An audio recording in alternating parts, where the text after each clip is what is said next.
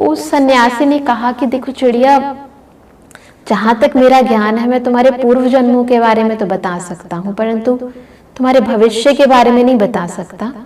उसके लिए मुझे अपने जो गुरु जी हैं उनसे बात करनी पड़ेगी।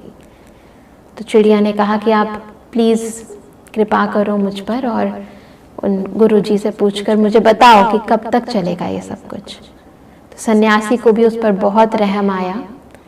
तो वो जैसे ही गया अपने स्थान पर और गुरुजी से उसने मुलाकात की, तो उन्होंने अपने गुरुजी से पूछा उस चिड़िया के बारे में कि ऐसे ऐसे बहुत ही दयनीय स्थिति में वो चिड़िया थी, पूछ रही थी कि कब तक चलेगा ये सब कुछ।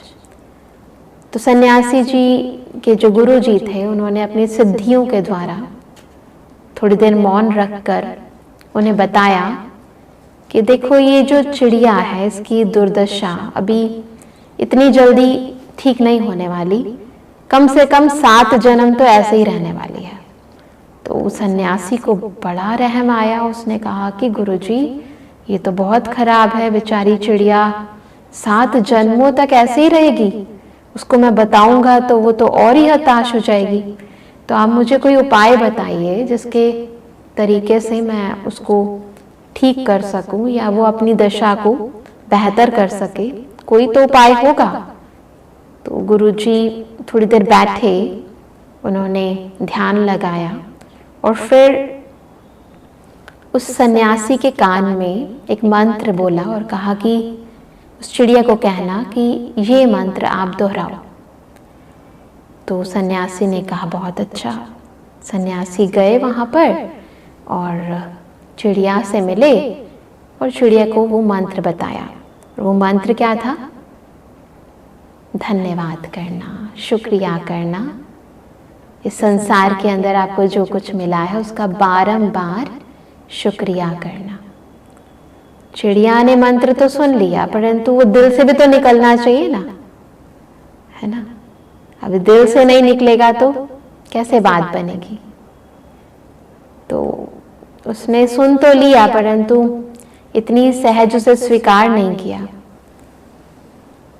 कुछ महीनों के बाद वो सन्यासी एक स्थान से गुजर रहे थे और उन्होंने बहुत ही सुंदर चिड़िया के चहचहाने की आवाज सुनी और देखा ये तो वही चिड़िया है जो उस बियाबान जंगल के अंदर, उस ठूंठ वाले जंगल में रहती थी और जहां पर इसे खाने को भी नहीं मिलता था, और इसका रंग, रूप, आवाज सब बदल गई है।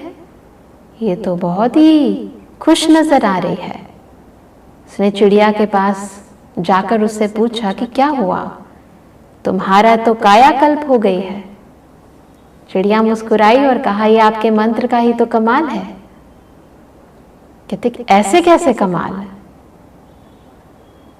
तो हैरान तो हुआ सन्यासी, पर फिर वो अपने गुरुजी के पास गया कि आपने तो कहा था कि 7 जन्मों तक इस चिड़िया का कुछ नहीं हो सकता। मुझे तो लगता है ये तो 7 दिनों में ही बदल गई, इसकी तकदीर ही चमक गई। तो गुरुजी ने कहा कि उसने उस मंत्र का यथार्थ प्रयोग करना सीख लिया। उसने कहा कि आपके मंत्र देने के उपरांत चिड़िया की जो दशा थी उस अनुरूप वो उस पेड़ से नीचे गिर गई, परेशान हो गई। परंतु इस दफा उसने अपने दुखों का रोना नहीं रोया भगवान के सामने, अभी तो शुक्रिया किया, हे भगवान तेरा बार बार शुक्रिया, जो कम से कम तूने मुझे ये जीवन तो दिया। और शुक्रिया का ये सिलसिला उसने बरकरार रखा।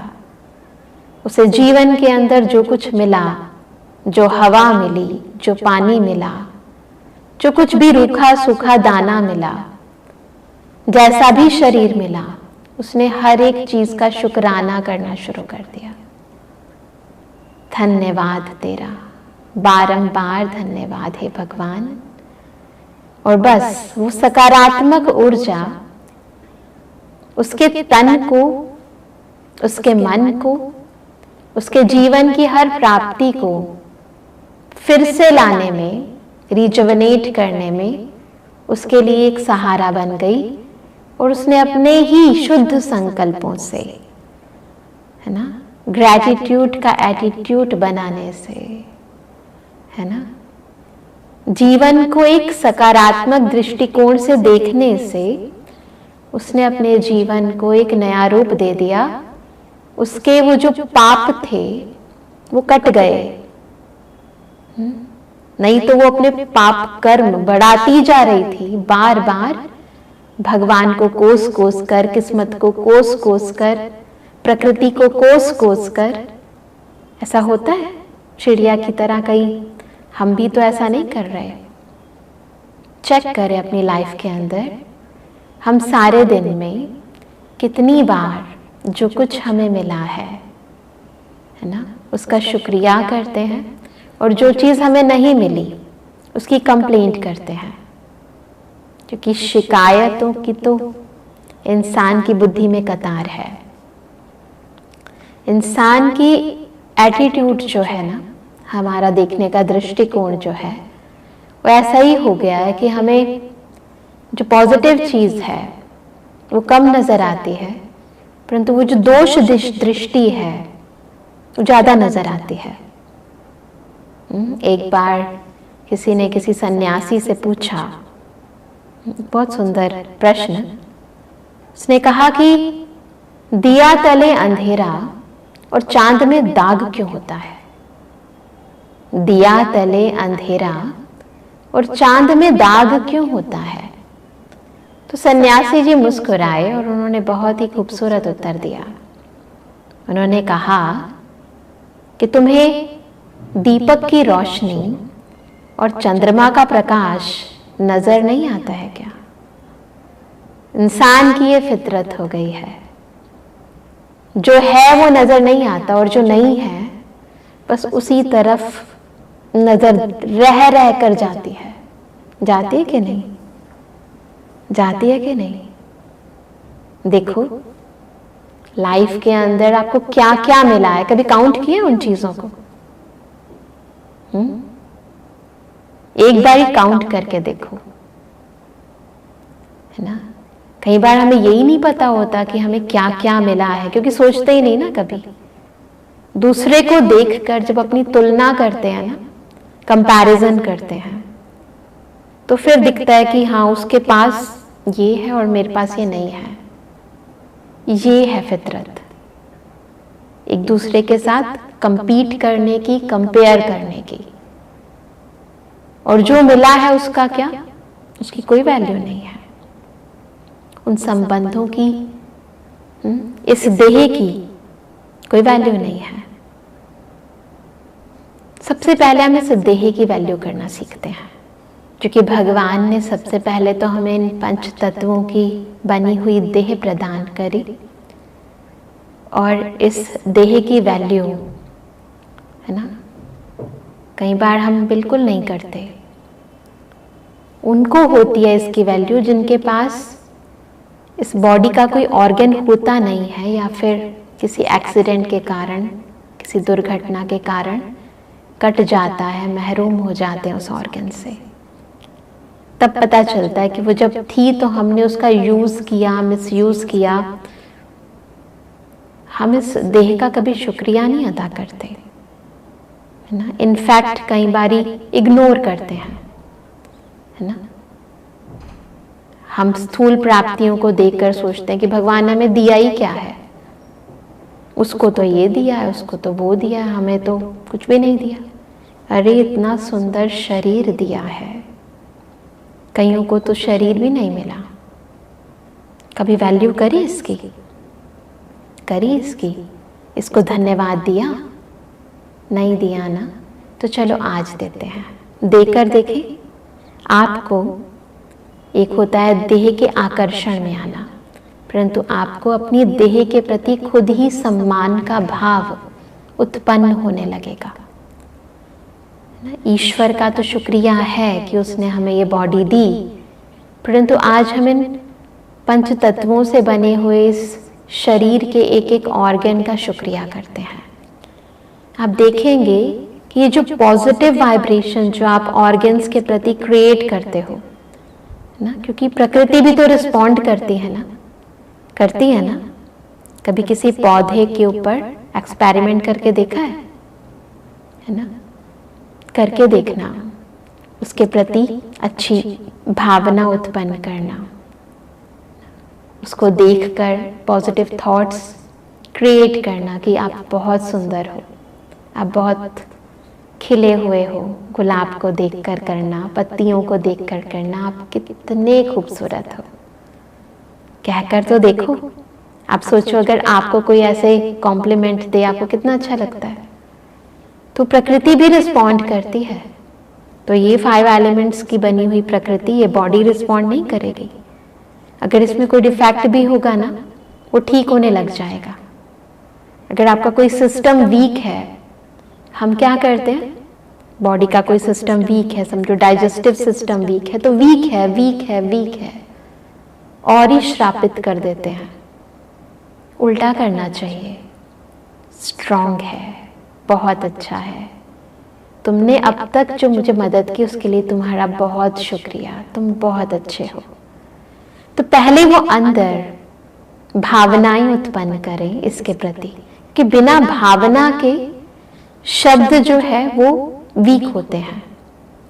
अगर भावना नहीं है ना, तो शब्दों का महत्व बहुत कम हो जाता है। किसी भी चीज के महत्व को बढ़ाने के लिए केवल बाहर का स्वरूप नहीं चाहिए, अंतर की भावनाएं भी बहुत जरूरी है ना? तो हम सबसे पहले अंदर की भावनाओं से आज अपने इस शरीर के महत्व को समझकर इसका शुक्रिया अदा करते हैं। करें सभी इसको, आप सभी एक्सपेरिमेंट रोज करते हुए देखना, आपके जीवन के अंदर, आपकी प्रकृति के अंदर, इस बॉडी के अंदर चेंजेस आने शुरू हो जाएंगे। करें? चलो महसूस करें स्वयं को, जिंदगी की सभी प्रॉब्लम्स, विघ्नों, समस्याओं को कुछ देर के लिए भूल जाते हैं। आज बहुत समय के बाद मैं चेतन शक्ति, परमात्मा की संतान, इस शरीर रूपी रथ का रथी बन इस रथ के प्रति कृतज्ञ भाव, आभार व्यक्त करना चाहती हूँ। महसूस करें देह के प्रत्येक अंग को, महसूस करें। सबसे नजदीक मैं इस मस्तिष्क के हूँ। संपूर्ण शरीर के हर एक सिस्टम का नियंत्रण ये ब्रेन करता है। कितना महत्वपूर्ण है ये मेरे जीवन में। ऐ मेरे मस्तिष्क, मस्तिष्क की एक एक नर्व, मैं तेरा दिल से शुक्रिया करती हूँ।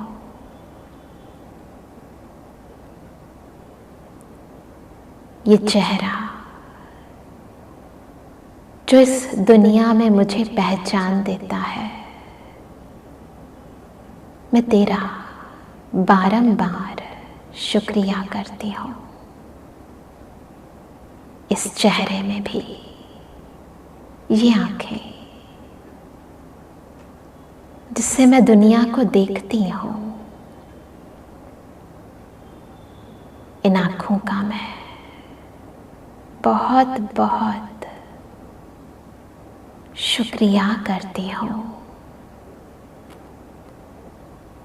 ये कान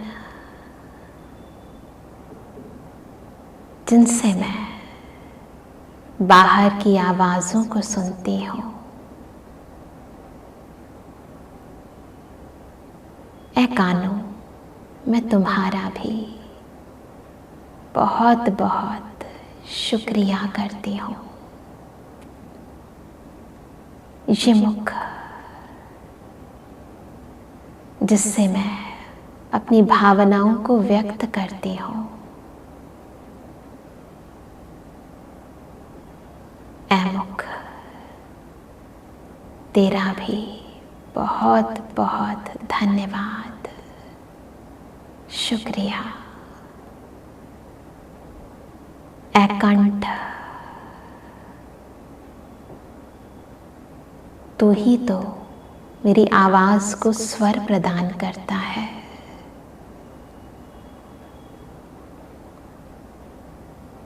तेरा भी बहुत बहुत शुक्रिया। इन हाथों का एक एक अंगुली का, अंगूठे का मैं बहुत शुक्रिया करती हूँ, जिनके द्वारा मैं इस सृष्टि पर विभिन्न कर्म करती हूँ। इन पैरों का शुक्रिया,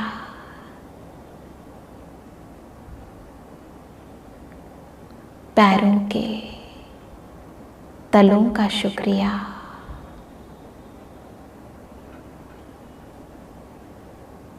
बहुत बहुत शुक्रिया जो तुम मुझे मेरी हर मंजिल तक पहुंचाते हो, मेरी इच्छा अनुरूप हर स्थान पर ले जाते हो। मैं अपने हृदय का पूरे सर्कुलेटरी सिस्टम का बहुत बहुत शुक्रिया करती हूँ। लंग्स का शुक्रिया करती हूँ, किडनीज का, लीवर का,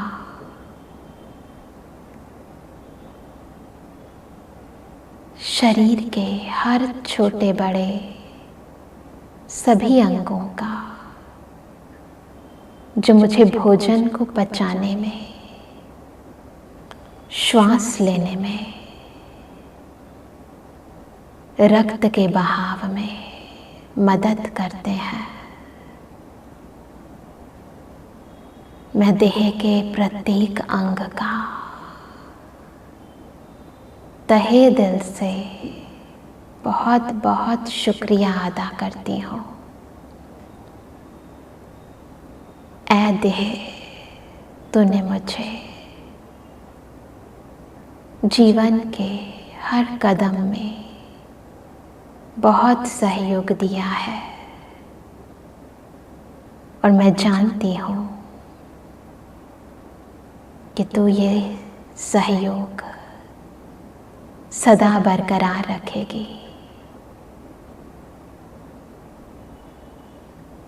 दिल से शुक्रिया माने, बचपन से लेकर अब तक इस शरीर के सहयोग का। ओम शांति। तो जब भी फुर्सत मिले, बहुत ऐसा नहीं है कि टाइम नहीं मिलता है, चैटिंग करने का टाइम तो सबके पास है। दूर जो रहते हैं उनके साथ तो हम बहुत चैटिंग करते हैं, परंतु जो हमारे सबसे नज़दीक है, ये देह, और फिर बहुत ज़रूरी, ये देह बनी है पंच तत्वों से, 5 एलिमेंट्स से। आप देखो, इस बॉडी को चलाने के लिए भी तो 5 एलिमेंट्स की ज़रूरत है ना। प्लांट्स की ज़रूरत है ना, और हवा की ज़रूरत है, अग्नि की ज़रूरत है। सूर्य अग्नि प्रदान कर रहा है, दे रहा है ना। आसमान की ज़रूरत है, धरती की ज़रूरत है, और बहुत ज़रूरी जल की ज़रूरत है। जब कमी हो जाती है ना इन रिसोर्सेज की, तो क्या होता है, इनकी वैल्यू का पता चलता है। जब श्वास आती नहीं है, जब इस श्वासों के लिए हमें ऑक्सीजन सिलेंडर लेना पड़ता है, तो पता चलता है इसका मूल्य क्या है। जब पानी नहीं होता है घर में और बहुत प्यास लगे, तो पानी का मूल्य पता चलता है। और देखो, भगवान ने ये प्रकृति हमें फ्री में सब कुछ देती जा रही है। जब तक देती जा रही है ठीक, परंतु आपने क्या इनका धन्यवाद किया? करके देखो, आप मानोगे। अगर आप प्रकृति को ये पॉजिटिव संकल्प दो, उनके प्रति कृतज्ञता का भाव उत्पन्न करो, तो कभी प्रकृति आपको लाइफ में धोखा नहीं देगी, कभी श्वास से अटकेंगी नहीं। परंतु बहुत ज़रूरी है हम इनके महत्व को समझें। वैल्यू नहीं समझते हैं तो थैंक्स निकलता ही नहीं है। महत्व को समझना बहुत ज़रूरी है। इस जीवन की हर श्वास का महत्व है, हर संकल्प का महत्व है, हर एक पल का महत्व है। पर पता कब चलता है? जब इंसान शरीर छोड़ने पर होता है तो उसे लगता है कि काश मुझे एक श्वास और मिल जाती, है ना, तब पता चलता है। और सारी उम्र जो मिलती रही तो क्या किया? उस समय वैल्यू नहीं की ना। तो जिसकी हम वैल्यू करते हैं वो हमारी वैल्यू करता है। ये तो टू एंड फ्रो है ना, करते हैं सो भरते हैं। तो जिसकी हम वैल्यू करते हैं वो हमारी वैल्यू करता है। आप टाइम सेव करके देखो, टाइम कभी आपको धोखा नहीं देगा। आप मनी सेव करते हो, वो तो दिखती है तो आपको पता चलता है, तो वो आपको जरूरत के टाइम काम आती है ना। तो ये सारी एनर्जीज, इनके महत्व को भी तो समझें। जब हम इनके महत्व को समझेंगे तो ये सब चीजें भी हमें जब जरूरत होगी तो धोखा नहीं देंगे। तो ये जो 5 एलिमेंट्स हैं, ये प्रकृति है, ये धरती है ना, धरती से बेनिफिट क्या क्या लेना है वो तो इंसान को बहुत अच्छी तरह समझ आता है, परंतु उस धरती का शुक्रिया भी अदा करना है कि नहीं करना है।